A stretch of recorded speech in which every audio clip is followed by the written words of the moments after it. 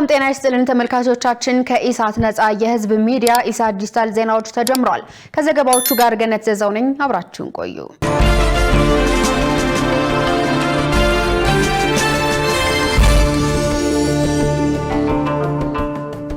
የፖለቲካ ፓርቲዎችና የግል ተወዳዳሪዎች በድምጽ መስጫ ወረቀት ላይ ቅደም ተከተል ለመወሰን እጣ ማውጣት ተጀመረ።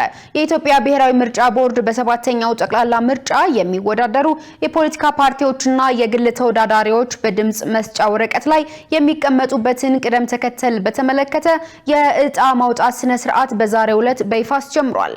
በመርሃ ግብሩ የኢትዮጵያ ብሔራዊ ምርጫ ቦርድ ሰብሳቢ ሜላተ ወርቅ ኃይሉ ቦርዱ ሰባተኛውን ጠቅላላ ምርጫ ፍትሃዊ ገለልተኛና ስኬታማ ለማድረግ የዝግጅት ስራ እያከናወነ መሆኑን ገልጸዋል።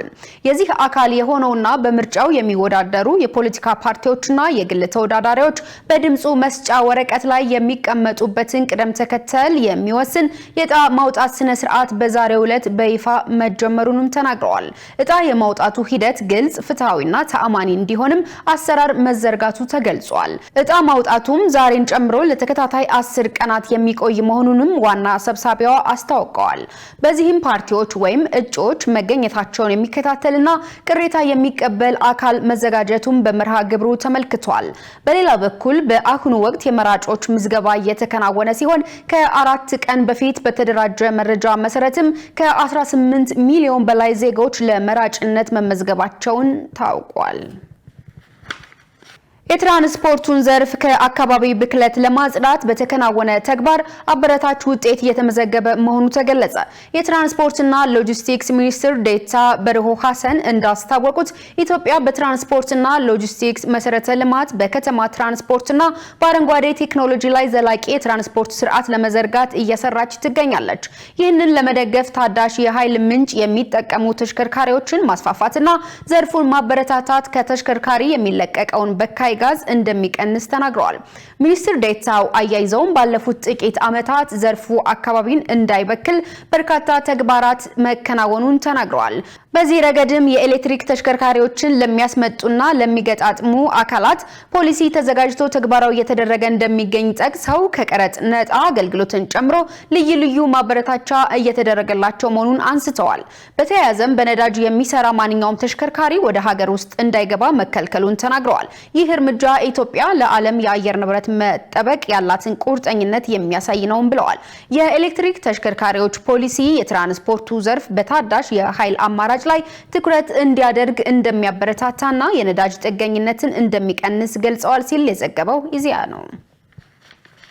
በኢትዮጵያ የነዳጅ ዋጋ ከጎረቤት ሀገራት ያነሰ ነው ሲል የነዳጅና ኤነርጂ ባለስልጣን አስታወቀ።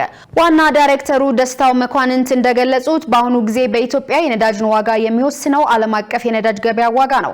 ሆኖም መንግስት በዓለም ገበያ የነዳጅ ዋጋ በጨመረ ቁጥር ያንን ጭማሪ በአንዴ ወደ ህዝቡ አያስተላልፍም ብለዋል።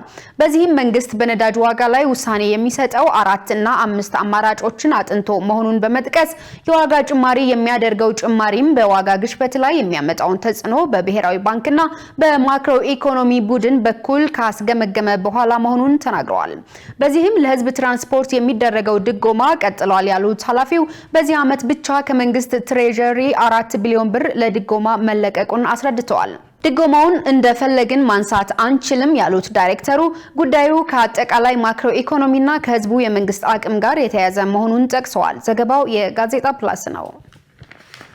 የተከበራችሁ ተመልካቾቻችን ከኢሳት ነፃ የህዝብ ሚዲያ ኢሳት ዲጂታል ዜናዎች አሁንም እንደቀጠሉ ናቸው። አሁን ደግሞ ወደ ውጭ ዜና ተሻገርን።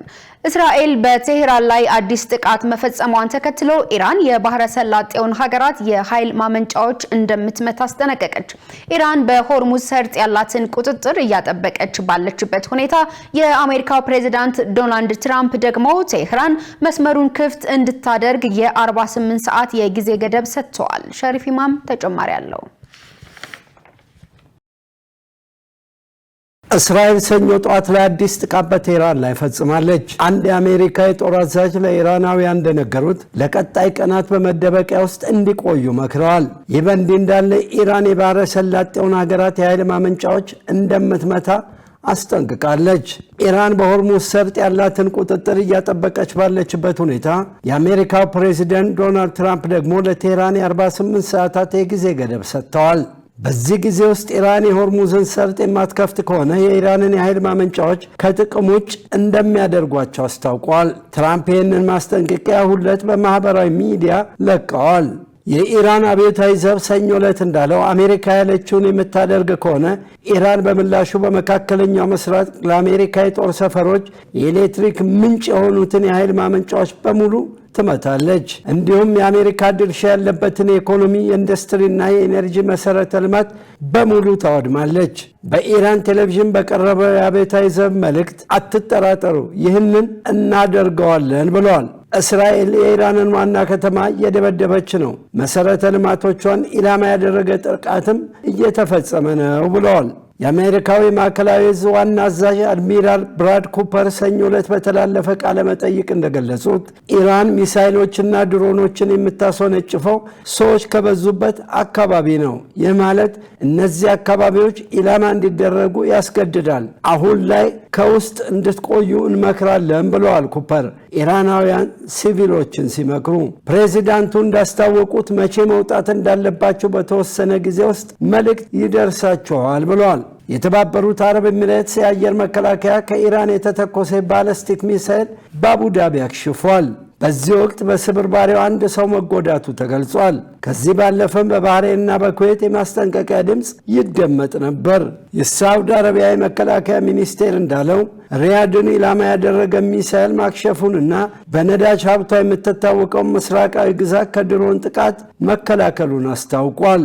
ይህ በእንዲህ እንዳለ በመካከለኛው ምስራቅ ጦርነት ሳቢያ የነዳጅ ዋጋ በከፍተኛ ሁኔታ ጨምሯል። አሁን ላይ ድፍድፍ ነዳጅ በበርሜል $112 ደርሷል። ይህ ማለት እስራኤልና አሜሪካ በኢራን ላይ ጦርነት ከጀመሩ ከፌብሩዋሪ 28 ቀን ወዲህ 55 በመቶ ጭማሪ አሳይቷል። ጦርነቱ በዓለም የአክሲዮን ድርሻ ሽያጭ ላይም ከፍተኛ ተጽዕኖ እያሳደረ ነው። በኃይል አቅርቦት ላይ እየታየ ያለው መዋዠቅ ባለሀብቶችን በእጅጉ አሳስቧቸዋልም ተብሏል። መረጃው የአሶሺየትድ ፕሬስ ነው። የተከበራችሁ ተመልካቾቻችን ከኢሳት ነፃ የህዝብ ሚዲያ ወደ እናንተ ሲደርሱ የነበሩ ኢሳት ዲጂታል ዜናዎች በዚሁ ተጠናቀዋል። ከዘገባዎቹ ጋር ገነዘዘው ነበርኩ። ሰናይ ጊዜ